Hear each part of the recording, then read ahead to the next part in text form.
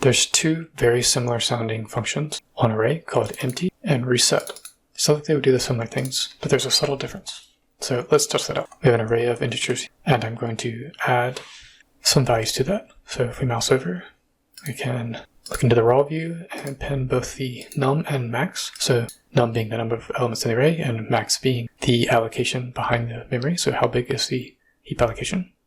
So as we add 1, we can see that the number of num is going up as we add, and max is unchanging because that is the allocated memory. So what does the empty method do? This is going to empty out our array, so the num should go to 4, but does the allocated buffer behind it also get cleared? As you can see, it does. We went from array num to 0, and the allocated memory on the heap is now 0. So let's add those elements back to the array. You can saw we counted up 4. We have test array. The allocated memory for the test array is also 4, so on the heap we can hold up to 4. If we were to add another, we'd do a buffer resize. But let's call it reset. We want to reset the array, and as you can see, the array num went to 0, but the allocated memory stayed at 4, so this is a performance optimization. So reset clears out the array's values, but it doesn't change the underlying heap allocation.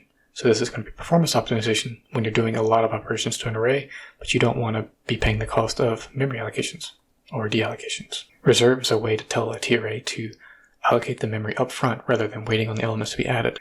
So let's see what happens when we call reserve. Reserve set our allocated array to be 8 elements large.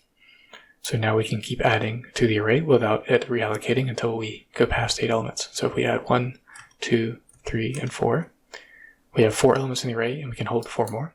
So what happens with empty? Since we called reserve, do you think the empty call will keep the 8 reserved elements, or will it clear it out? Don't read the comments. Now let's step over to see.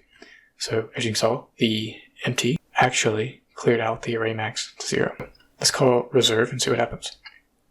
For 9, and so now you can see we've done our memory allocation up to 9 elements, and we add 1, 2, 3, and 4.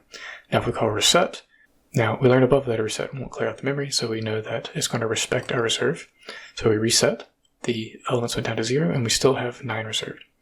So that's the difference between empty and reset. Empty clears out your reserved memory, reset doesn't. So reset allows you to be very deliberate with how the allocated array behind your TArray is being used, whereas empty just completely disregards your allocated memory.